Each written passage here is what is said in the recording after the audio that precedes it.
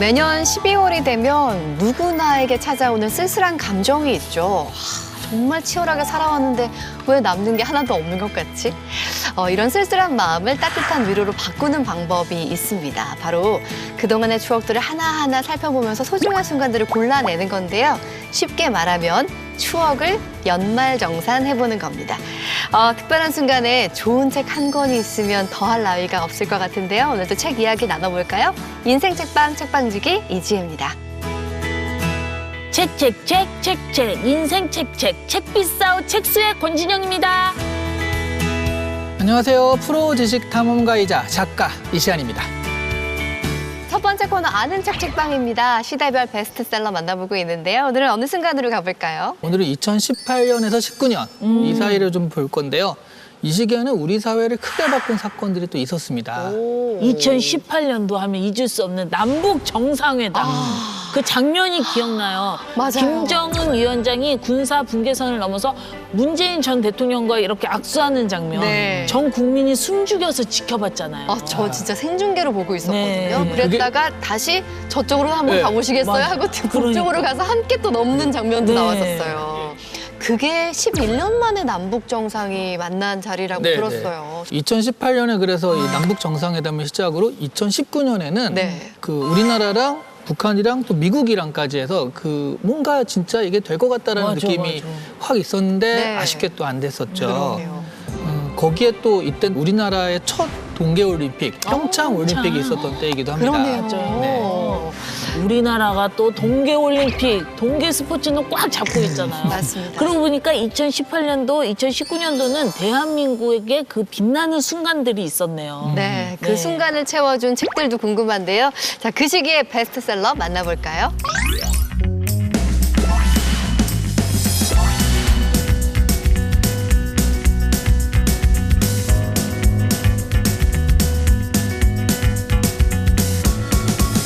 야, 눈에 띄는 특징 보이세요? 2018년, 2019년 베스트셀러 10권 중에 7권이요.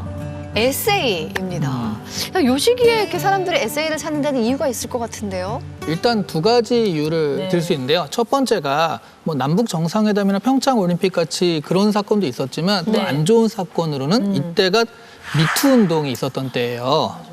정치계, 문화예술계 할 것 없이 미투 고발이 막 쏟아졌었던 네네. 때인 것 같아요. 맞아요. 우리가 막 접하면서 충격을 받았던 그게 아직도 저는 기억이 되거든요. 유명 인사들의 미투 네. 폭로가 막 이어지면서 어떤 그 무력감, 와 아무리 뭐 사회가 변했다 하지만 내가 할 수 있는 게 이렇게 없었구나. 맞아. 이 분노, 뭐 이런 두려움 이런 것들 때문에 심리적 위로가 절실했었다. 그래서 첫 번째 이유가 이런 게 있고요. 또 두 번째 이유는 2018년서부터 너튜브라든가 뭐 주식 같은 것들을 하면서 갑자기 사람을 많이 모은다든가 네. 그리고 주식에서 돈 많이 모으는 사람들을 보니까 저런 사람들도 나는 뭐 하는 거지? 맞아.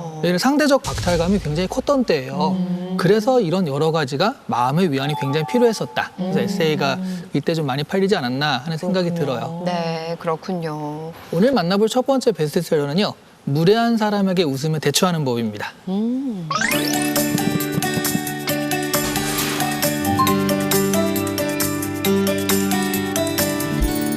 2018년 베스트셀러 3인데요. 네. 이 정문정 작가의 무례한 사람에게 웃으며 대처하는 법. 근데 이 시기 에세이들의 특징은요. 제목만 보면 무슨 얘기인지 알겠는 거예요. 그러니까요. 뭐 죽고 싶지만 떡볶이 먹고 싶어. 네. 하마터면 열심히 살 뻔했다. 맞아. 그러니까 뭐 제목에서 나왔듯이요. 넘지 말아야 할 선을 넘은 그런 어떤 불쾌한 언행을 하시는 분들이 있잖아요. 맞아요. 그런 사람이 있으면 오히려 우리가 기가 죽는단 말이에요. 그럴 필요 없다. 너도 그냥 웃으면서 너 안 돼. 정확하게 얘기해라. 이런 얘기를 또 하는 거니까 굉장히 좀 공감을 많이 샀고요. 뭐 여기를 보면요. 그러니까 멈추라고 하지 않으면 선을 계속 넘는 사람들과 대화하는 법 이런 게 있고요. 단호하고 우아하게 거절하는 법. 뭐 이것만 들어도 이렇게 해야겠구나라는 생각이 드는 책이잖아요. 네. 그래서 이게 을의 목소리를 대변한다. 이래서 이때 158주 연속 전국서점 베스트셀러고요. 50만 부 이상이 팔렸습니다. 그리고 이게 6개국, 뭐 일본, 중국, 태국 등에 이 책이 또 수출되기도 했습니다. 우아하게 거절하고 단호하게 선 긋는 법. 이거는 내가 좀 배워야 돼. 진영 씨 꼭 배워야 돼요. 거절 잘 못하시잖아요. 왜 그래 남일 같이 비슷하잖아요.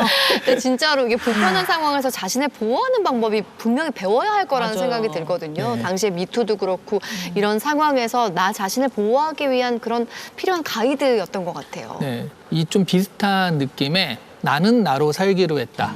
라는 책도 2018년 베스트셀러 5위였고 2019년 3위에 오르기도 했습니다. 두 책 다 나를 지키는 법에 대한 책이거든요. 그래서 공감을 좀 많이 얻었어요. 그렇군요. 자, 그러면 다음 베스트셀러는 뭘까요? 이거는 아마 집에 가지고 계신 분도 많고요. 네. 딱 들으면 되게 흐뭇하다는 느낌이 드는 그런 책이에요. 2018년 베스트셀러 1위인데요.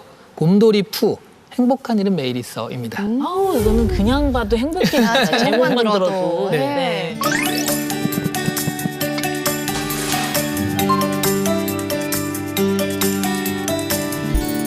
많이 아시겠지만 그 곰돌이 푸 캐릭터 있잖아요. 네. 그 네. 캐릭터를 올 컬러로 해가지고 되게 책이 정말 예뻐요.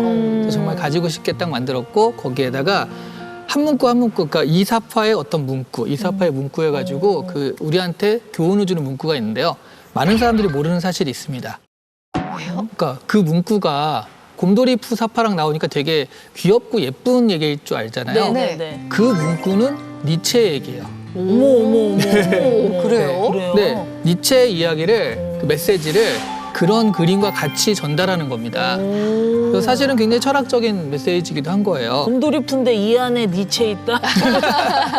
그렇구나. 우리가 일요일 아침에 디즈니 만화를 많이 보고 자랐잖아요. 네, 네. 맞아요. 그때 30, 40대들이 예전에 향수도 떠오르고 근데 문구는 지금 또 필요한 얘기고 맞아. 그러다 보니까 엄청 히트를 했고 이후에 2편, 3편도 나왔는데 전부 다 어느 정도 이상 팔리는 책입니다. 어릴 때 TV 속에서 봤던 그 빨간 티셔츠 입은 노란색 곰이 해주는 말이라 이거는 그냥 무장 해제하고 들을 수 있는 듣고 싶은 말일 것 같아요. 네. 당시에 유행하던 소확행이라는 단어 있잖아요. 소소하지만 확실한 행복. 네. 이런 이야기를 통해서 행복이라는 게 그렇게 멀리 있는 게 아니고 우리 가까이 있다는 걸 깨닫게 해주는 것 같아요.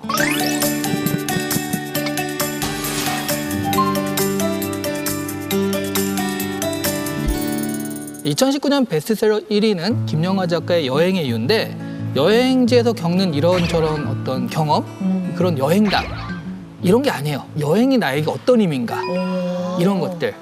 그러니까 어떻게 생각하면 그 여행에 대한 생각과 사유의 글이다 이렇게 보시면 될 것 같아요.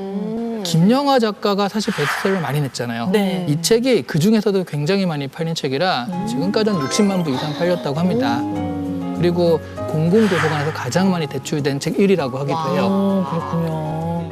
근데 여행이라는 그냥 단어가 듣기만 해도 설렘을 주는 건 맞잖아요. 맞아요. 이 책을 통해서라도 새로운 활력과 또 힐링이 필요했던 게 아닌가 싶기도 해요. 그러게요. 매해 마무리할 때 우리 늘 그런 얘기 하잖아요. 다사다난한 한 해였다. 그러네. 이때도 딱 그랬던 것 같습니다. 미투 운동으로 굉장히 혼란한 사회가 만들어졌지만 남북 정상회담, 평창 올림픽으로 뭔가 희망도 컸던 시기였다는 생각이 드는데 그래서 그런지 이렇게 위로도 주고 용기도 주는 에세이가 많이 사람들에게 사랑을 받았던 것 같습니다. 자, 지금까지 시대별 베스트셀러 알아봤습니다. 아는 책 책방 다음 시간도 기대할게요.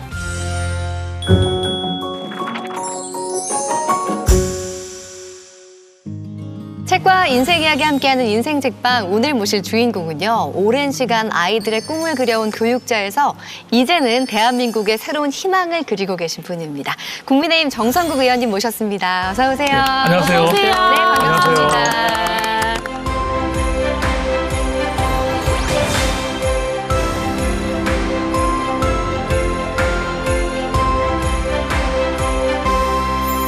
제가 듣기로 26년 동안이나 초등학교에서 교사로 근무를 하셨다고 얘기를 예, 들었습니다. 예, 예. 아, 근데 그 시기 아이들 참 예쁘잖아요. 아이들과 함께 했던 시간들 굉장히 특별하셨을 것 같아요. 예. 초등학교 선생님이었기 때문에 네. 아무래도 그 좀 어쩌면 좀 그래도 해맑은 시절에 이제 학생들 아니겠습니까? 네. 저는 특히 또 고학년을 좀 많이 맡았어요. 5, 6학년. 오. 5, 6학년 담임을 좀 많이 했어요. 네. 아무래도 이제 초등학교 남자 선생님이 비율적으로 좀 작습니다. 그렇죠. 그러다 보니까 그 생활지도라든지 이런 부분에서 많이 맡게 되었는데 음.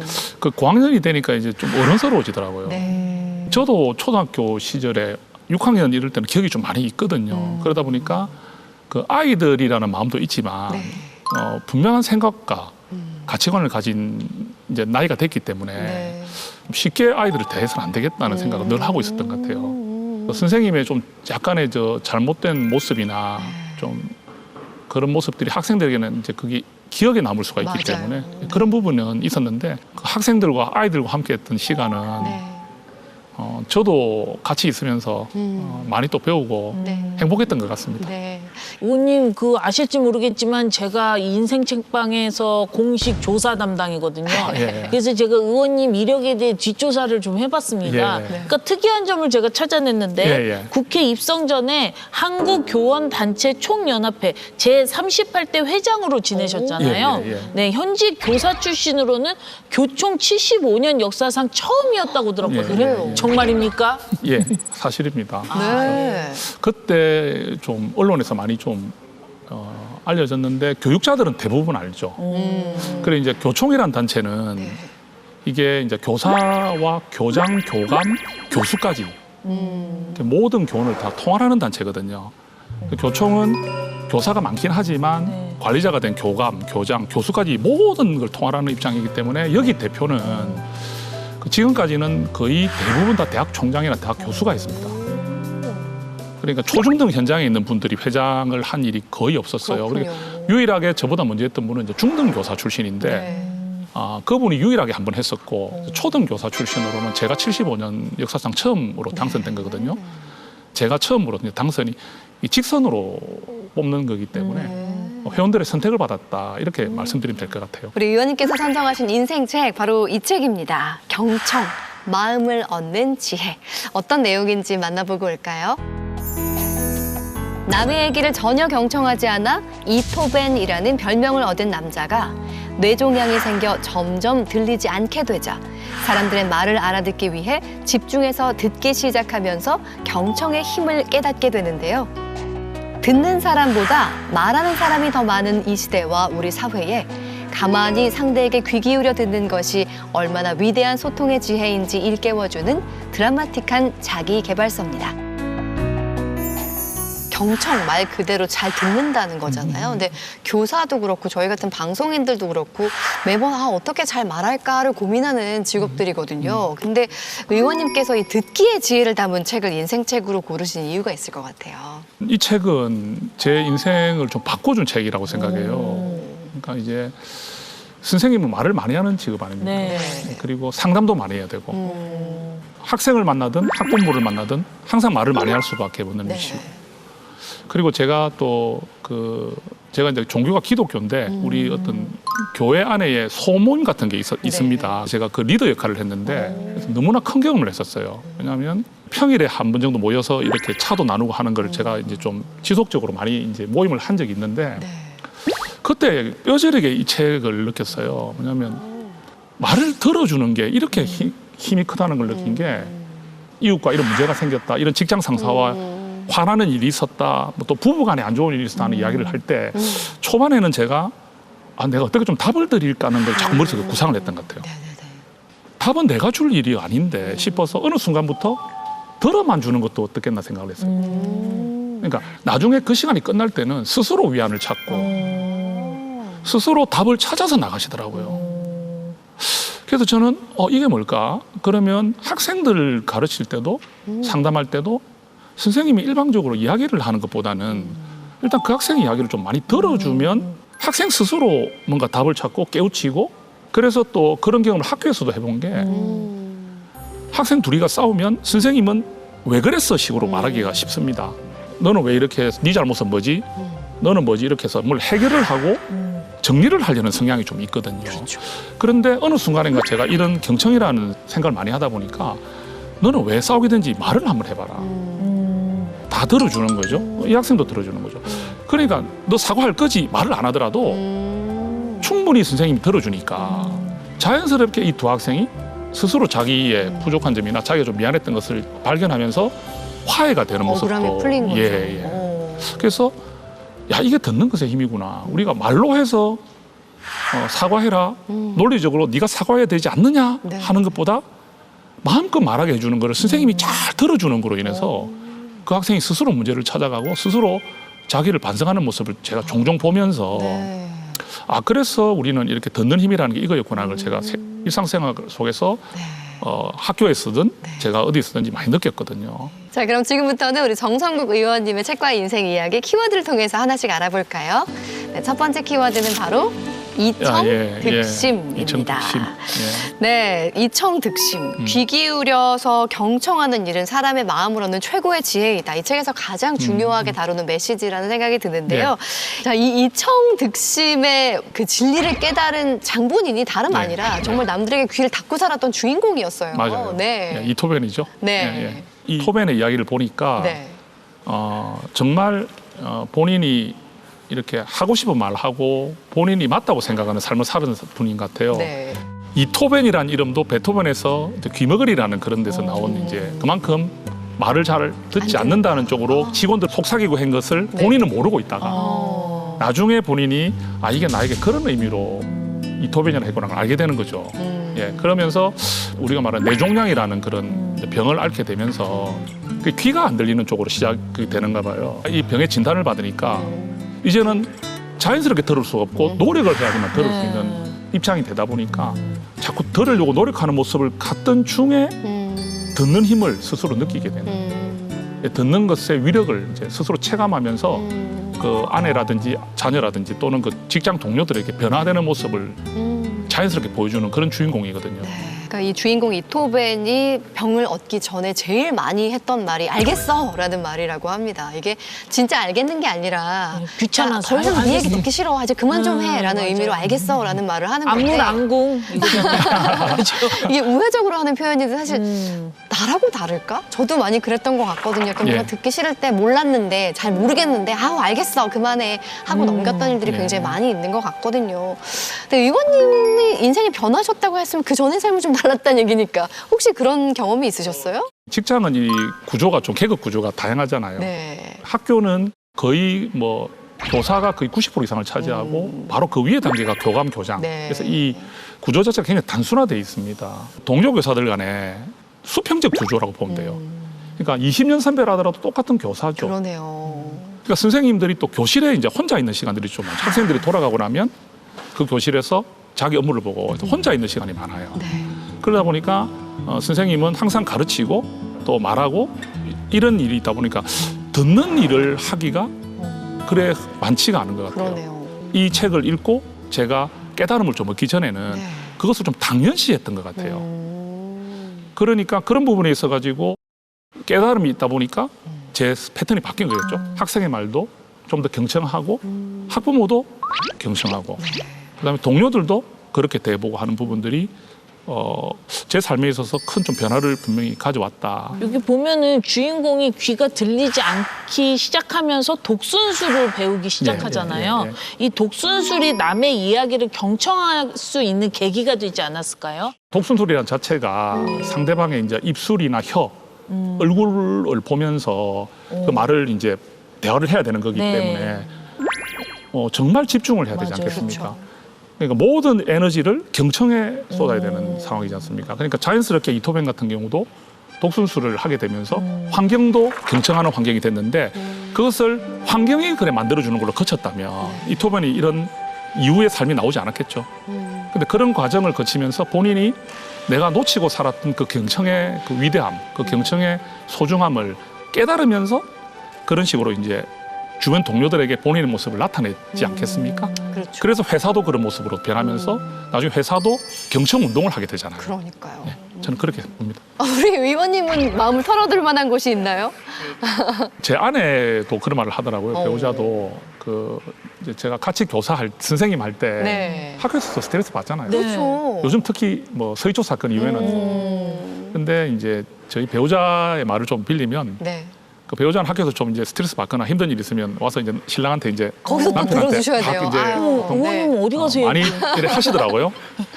나는 신랑한테 마음껏 좀 이래 해서 해소가 되는데 신랑은 말을 잘 안 하고 좀 학교에서 무슨 일 있었다는 걸 제가 잘 말을 잘 안 하죠. 그게 아내에 대한 신뢰도 크지만 그 아무래도 들어주는 모습에서 아내가 일단 기분이 좋아지면 생글생글하면서 맛있는 된장찌개를 끓이고 있으면 그 모습만 보더라도 저는 뭐 제가 하고 있던 좀 고심이나 네. 걱정이나 이런 것들이 좀 사그라들면서 네. 그럴 수가 있지. 그래서 야, 최고의 남편이네요.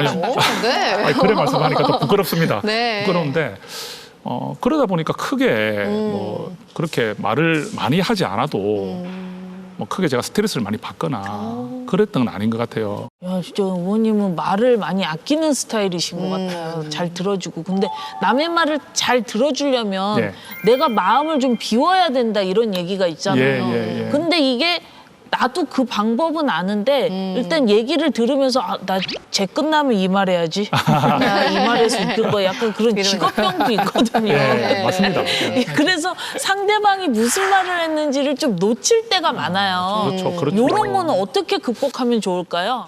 누가 말을 할 때 이 사람의 요점이 뭔지를 일단 딱 새기면 네네네. 그게 예상하지 못했던 답이라더라도 나의 삶 속에서 이게 말이 좀 나올 수가 있기 때문에 네. 일단은 상대의 질문을 할 때는 저는 이렇게 밑을 보진 않거든요. 그 한 분에게 집중할 때 그 공감하고 네. 집중하는 부분에 있어서 좀 더 주의를 기울이면 그런 시행착오가 좀 줄어들지 않겠나. 절대 의원님 말씀하실 때 밑을 보지 않겠습니다. 예. 자, 두 번째 키워드 보겠습니다. 두 번째 키워드는요, 바로 나의 사운드 사운드박스입니다. 바이올린이 아름다운 소리를 내기 위해서는 좀 뭔가 맑고 깨끗한 사운드박스가 필요하다고 하잖아요. 그러니까 불필요한 것들로 그 박스가 가득 차 있으면은 맑고 뭐 투명한 소리를 낼 수가 없으니까 좀 비워내는 게 필요하다는 네, 건데 네. 이 책에선 그걸 경청으로 소개를 하고 있습니다. 근데 사람도 마찬가지인 것 같아요. 정말 내 마음이 다른 걸로 잡다하게 차 있으면 남에게 안 들리잖아요. 예, 맞아요. 그러니까 잡념을 비우는 게 정말 예, 중요하겠어요. 예. 그 사운드박스라는 거는 이제 저는 바이올린을 연주하고 이래 할 줄은 모르는데 사운드박스 자체가 이 몸통이라고 하더라고요. 그죠?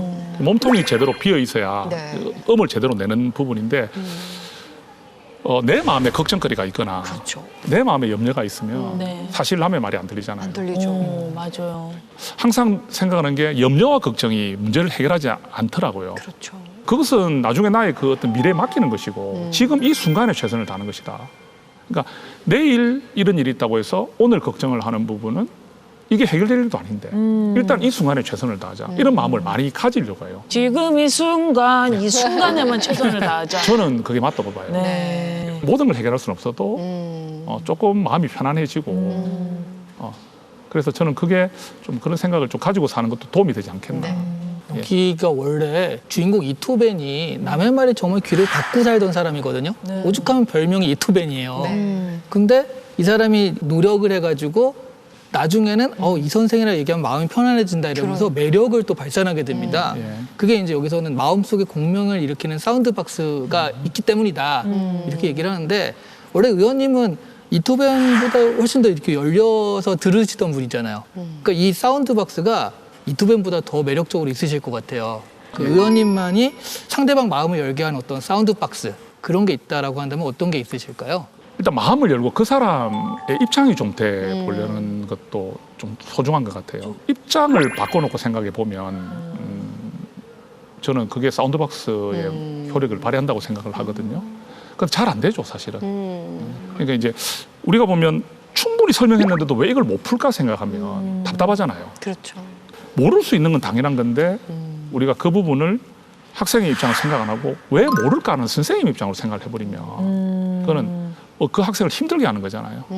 그래서 저도 일단 상대 입장을 한번 생각해 보면 그 상대가 이렇게 느낄 수 있겠다고 딱 생각해 마음이 넓어지죠. 그러다 보면 학생을 야단치기보다는 좀 타이르게 되고 그래서 그게 저도 지금도 노력 중입니다.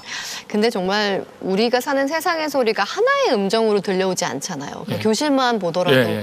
정말 다양한 소리가 있습니다. 뭐 떠드는 소리, 웃는 소리, 막 싸우거나 뭔가 불만이 가득한 소리, 한숨 소리, 정말 많은 소리가 들리는데 교사로 재직하실 때 그 예. 많은 소리들 중에서 어떤 소리에 제일 많이 집중하려고 애쓰셨어요? 저는 일기검사를 하는 목적 중에 하나가 일기요? 일기검사 아직도. 일기검사를 하면 이게 댓글을 꼭 달아줬거든요. 달아줬는데 아이들이 그 댓글 몇 줄을 기다리더라고요. 그럼 맞아요. 예, 기다리는데 여러 가지 목소리가 있죠. 아이들이 뭐 떠드는 소리 다 있는데 저는 아이가 좀 학생이 그 일기를 통해서 마음을 표현하는 경우들 그 순간의 모습보다는 한 일주일 이런 시간을 두고 봐야 되거든요. 그 학생을. 진짜 일주일 정도 보니까 쉬는 시간에 계속 혼자 앉아 있네. 왜 이렇게 체육 시간에 다 즐겁게 공놀이를 하는데 왜 표정이 저리 어렵지? 친구들로부터 좀 소외를 받고 있구나 하는 거를 캐치를 하는 순간이 옵니다. 관심 갖고 보다 보면. 그럼 그걸 풀 수 있는 방법이 있어요. 직접 하지 않더라도. 어떻게요? 저는 그런 방법을 좀 썼던 것 같아요.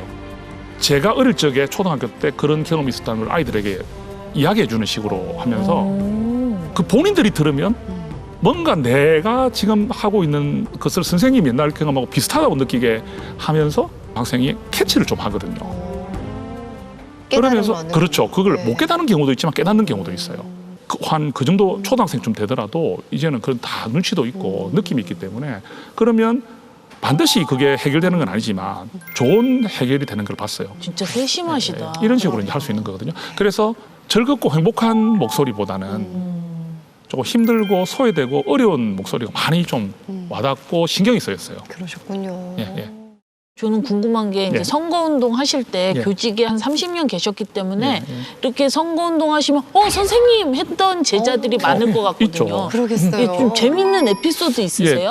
제가 뭐 한 2가지 말씀드리면 사실 저녁에는 술집에도 들어가서 영합을 나눕니다. 네. 들어가야죠, 그죠? 네. 들어가는데 대학생들이 막 모이는 것 같더라고요. 네네네네. 네. 저 뭐 띠를 메고 들어가니까 옷을 네. 입고 들어가니까 다 보잖아요. 네. 근데 보는데 어느 순간 한 명이 고개를 푹 숙이고 있는 거예요. 그래서 계속 안 쳐다보길래 네. 그래서 아이고 아이고 학생 우리 뭐 대학생입니까? 이러다 인사 막 하다가 살포시를 딱 보면서 선생님 하길래 보니까 제가 2009년인가 그때 네. 제가 있었던 학교 6학년 맡았던 어. 학생이 얼굴은 기억하죠. 네. 어머니. 그때는 이제 선생님 뭐 누굽니다 이렇게 하니까 제가 막 그래 하면서 막 앉게 되고 하니까 다 더 쳐다보잖아요. 그러네. 오 이러고 선생님 그 친구들이 선생님 이야기 많이 하고 있다고 그렇게 하면서 응원을 막 하고 있다. 네. 그 한 번은 이 팻말을 가지고 이 도로에 서 있는데 차가 딱 서더라고요. 그래서 차가 서기를 왜 서나 싶었더만 이 탁 내리는데 첫 학교의 학부모님이 오, 정말. 잊을 수 그분이 없네. 탁 차를 세우더니 그분도 저를 만날지 몰랐겠죠. 네. 근데 마침 그 옆에 바카스가 있었겠죠. 근데 저한테 바카스 한 병을 이제 건네면서 선생님 하면서 또 선생님 응원하고 있다고 하면서 그 바카스 받아가지고 우리 같이 선거운동하는 분들 나눠드리고 그런 이제 일을 겪으면서 내가 이제는 내가 가르치고 함께했던 학생과 학부모님들이 지켜보는 국회의원이기 때문에 더 잘하고 더 열심히 해야 되겠다. 네. 이렇게 생각합니다. 그분들이 유권자가 돼서 또 힘을 주실 거예요. 예, 그 지역구에도 있었으니까. 네. 예. 근데 뭐 말씀하셨듯이 교실이라는 공간에서 좀 공간이 달라지긴 했지만 여전히 의원님의 마음속에 사운드 박스가 다른 사람들의 이야기로 가득 차도록 열어두셨던 것 같거든요. 그 중에서도 요즘 깊은 울림을 주는 이야기들이 있을 것 같아요. 예, 어떤 이야기에 좀 주목하고 계실까요? 이제 교육자 출신 정치인이다 보니까 국민들도 그렇고 바라보는 눈이 좀 다른 것 같아요. 거기에 대한 부담도 좀 있습니다, 사실은. 그러니까 제가 또 잘해야 앞으로 교육자 출신으로 또 이렇게 국회에 와서 일할 수 있는 분들도 많이 생길 것이고 또 그런 힘이 생겨야 교육의 목소리를 전달할 수 있지 않습니까? 예. 그런 역할도 굉장히 제가 지금 중요한 이제 상황이고요. 그런 분위기가 많아요. 서희조 사건 이후에는 네. 현장의 목소리를 대변할 수 있는 정치인이 우리 교육계에서도 나와야 된다는 여론이 좀 있었거든요. 그러니까 기대가 더 큰 거죠. 예. 그러면 제가 제 한 명이 한 명이라 생각하지 않고 앞으로 더 큰 역할을 해야 된다. 예. 그래서 그런 목소리를 제가 잘 귀 기울여 듣고 제가 반응해야 되지 않겠나 생각을 합니다. 예. 의원님께서 이제 의원으로 계시면서 정말 현장의 목소리를 다 그대로 전하고 듣는 역할이 굉장히 중요하실 것 같은데 너무 바쁘게 뛰고 계세요. 진영 씨 잠깐 쉬는 시간 드릴까 봐요. 제가 권진영의 결정 OX 시간 준비했거든요.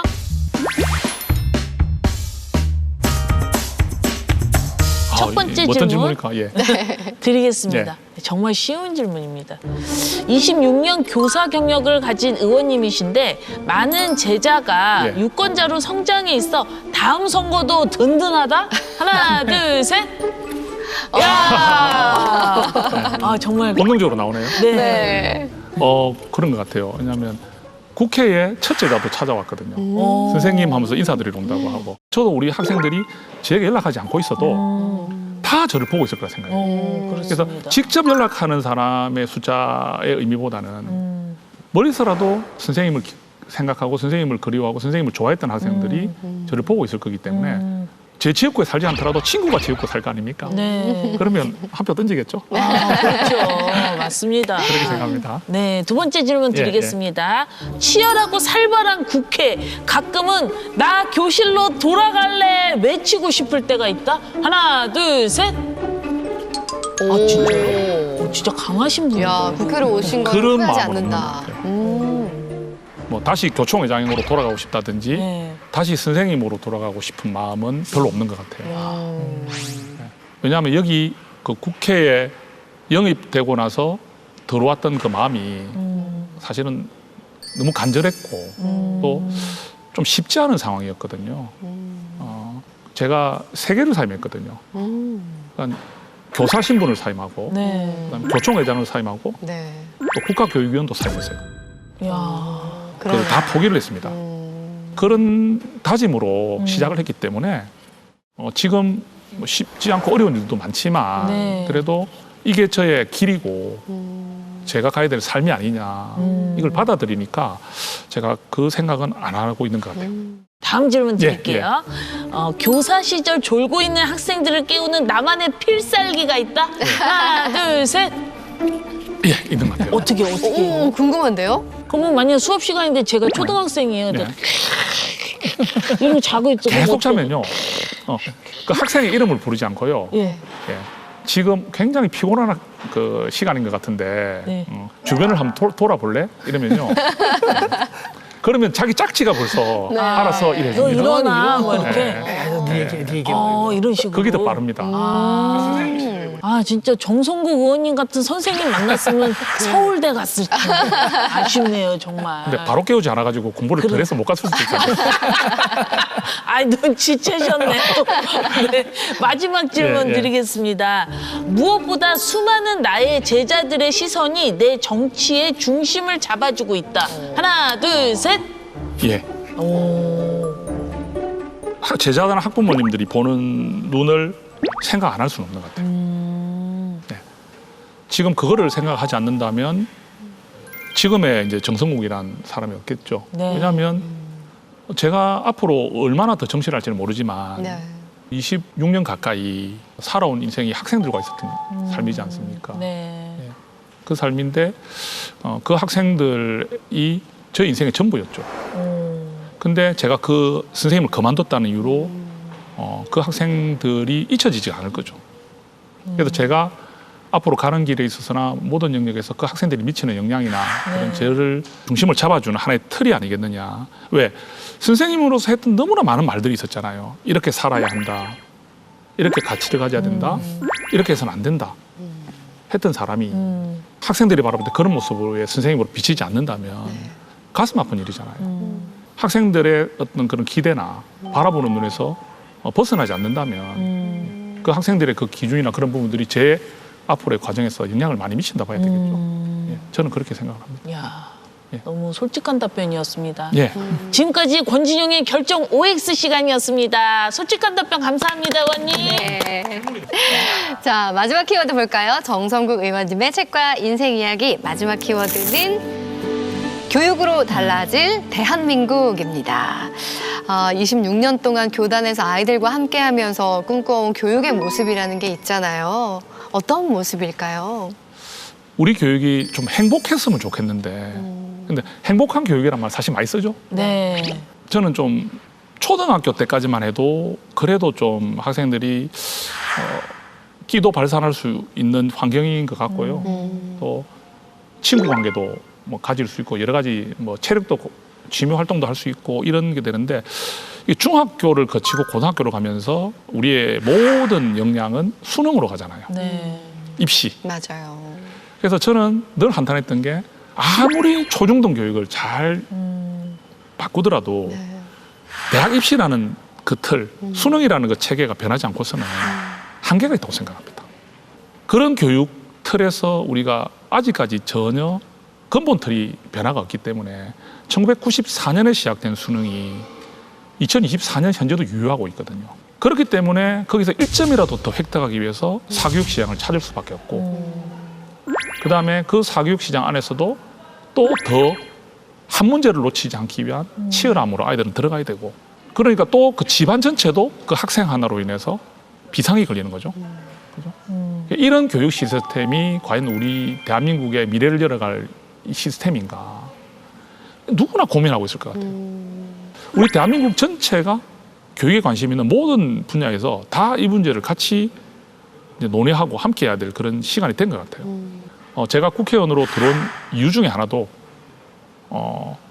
그 간간히 있는 작은 문제들을 해결하라고 저를 교육 전문가로 영입했다 생각하지는 않거든요. 그래서 저의 꿈이죠.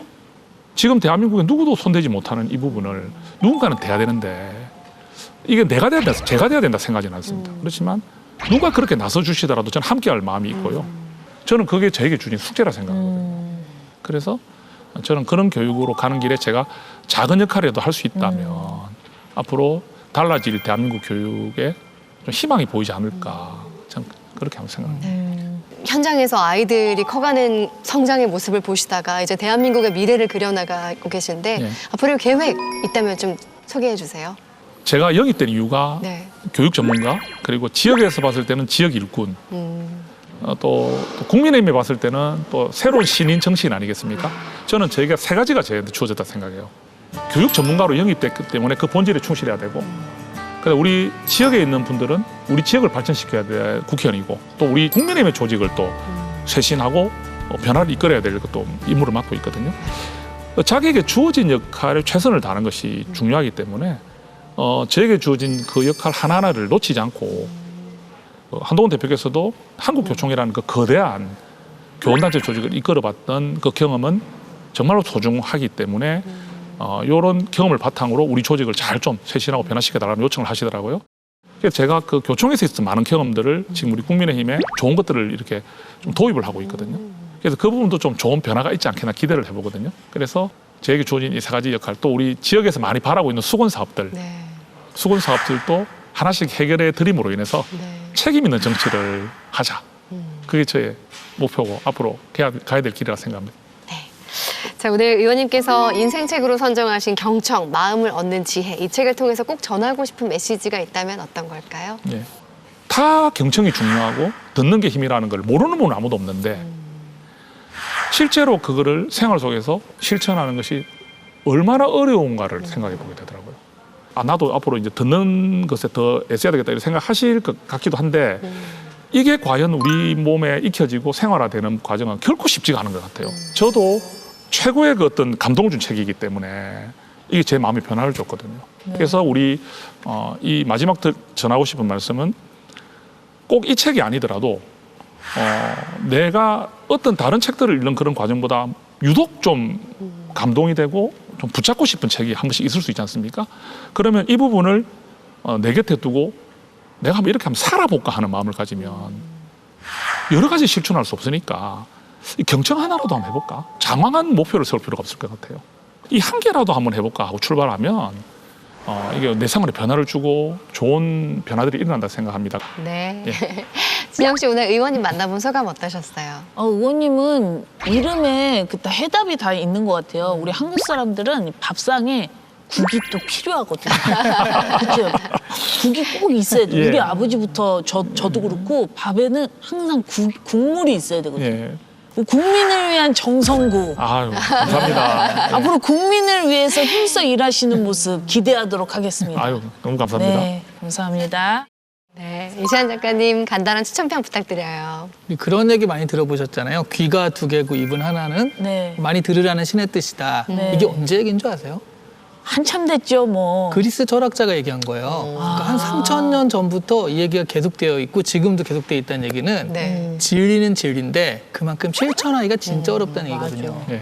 그래서 그러면 무슨 방법이 있느냐? 주기적으로 결심하시면 됩니다. 한 번 결심하고 한 번 결심하고 끝까지 갈 수가 없다는 얘기예요. 네. 주기적으로 결심하면 되는데 네, 이 책을 보시면 경청이 이런 효과와 의미와 뭐 특별함이 있었지를 깨닫게 되거든요. 이 책을 사셔서 주기적으로 보시기를 권합니다. 네. 진영 씨 말 맞다나 우리의 매일 식탁 위에 올라가는 국도 정성을 다해 끓이면 그 맛과 깊이가 달라지기 마련인데요. 사람들을 향해서 국민들을 향해서 귀를 크게 열어서 정성을 들어주시는 분인 만큼 앞으로 정말 소통의 전문가로서 우리 교육을 바꿔주시는 우리 의원님의 활약을 기대하겠습니다. 자, 지금까지 국민의힘 정성국 의원님과 함께했습니다. 고맙습니다. 감사합니다. 예. 아이고 고맙습니다. 수고하셨습니다.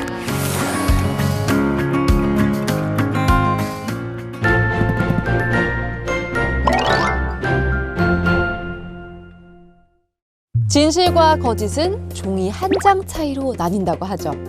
오늘은 진실과 거짓의 경계에 서 있는 책들을 가져와 봤는데요. 전문가의 서평과 국회 도서관에서 만날 수 있는 화제의 도서도 함께 만나보겠습니다. 여러분은 과학이 진실을 추구하는 순수한 학문이라고 생각하시나요? 역사 속 과학의 발자취를 따라가다 보면 진실과 거짓이 복잡하게 얽힌 모습을 발견할 수 있는데요. 심지어는 우리가 익히 아는 이야기조차 사실과 다를 때가 있습니다. 책 진실과 거짓의 과학사는 이처럼 잘 알려진 과학 이야기 속에 숨겨진 진실을 파헤쳤는데요. 갈릴레이가 피사의 사탑에서 2개의 물체를 떨어뜨려 낙하 실험을 했다는 유명한 일화. 다들 아시죠? 하지만 그 어디에도 갈릴레이가 실험을 했다는 기록이 없다는 사실. 만약 갈릴레이가 그 당시에 정말로 피사의 사탑에서 낙하 실험을 했다면 공기의 저항 때문에 무거운 낙공 쪽이 먼저 떨어져서 갈릴레이는 망신을 당했을지도 모른다고 하네요.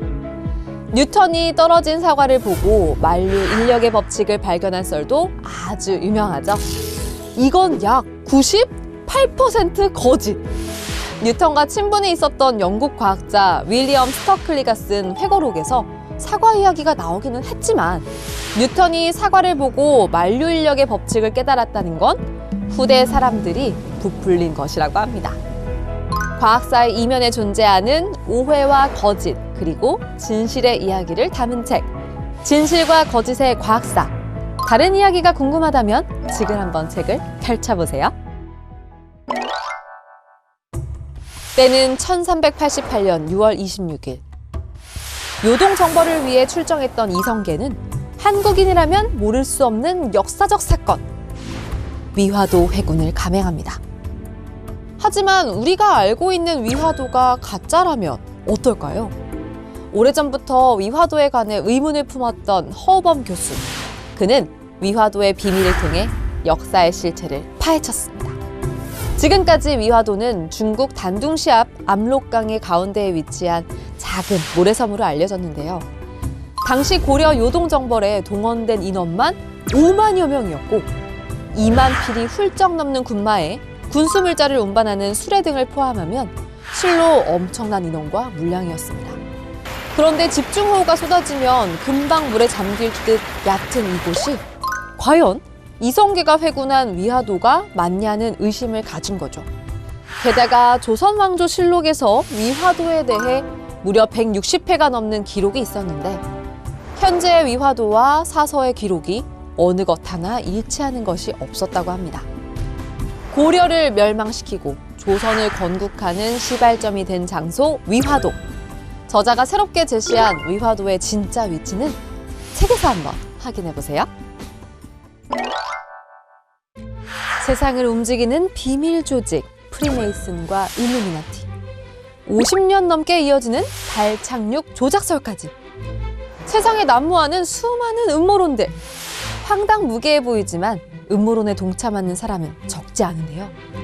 그렇다면 사람들은 왜 이런 음모론에 빠지게 되는 걸까요?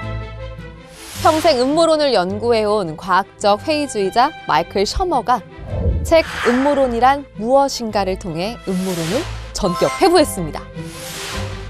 진민정 한국언론진흥재단 미디어연구센터 책임연구위원은 책의 서평에서 저자가 제시하는 사람들이 음모론에 빠지는 이유 3가지를 꼽았는데요.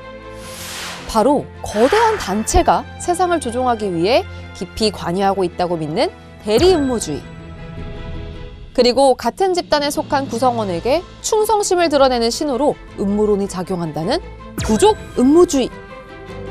마지막으로 음모를 믿는 쪽이 안 믿는 쪽보다 생존에 더 유리하기 때문이라는 건설적 음모주의입니다.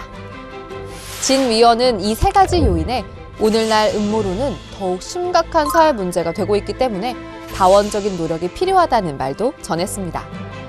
진짜 음모와 가짜 음모를 구별하는 기준을 제시하는 책, 음모론이란 무엇인가? 이 책을 통해 진실과 허구를 구별하는 지혜를 얻어보는 것 어떨까요? 국회도서관과 함께하는 화제의 책, 첫 번째로 소개할 책은 소비의 한국사입니다. 책은 우리가 그동안 무엇을 먹고 마시고 탐닉했는지 총 14가지를 초점으로 관련 역사를 조명했는데요.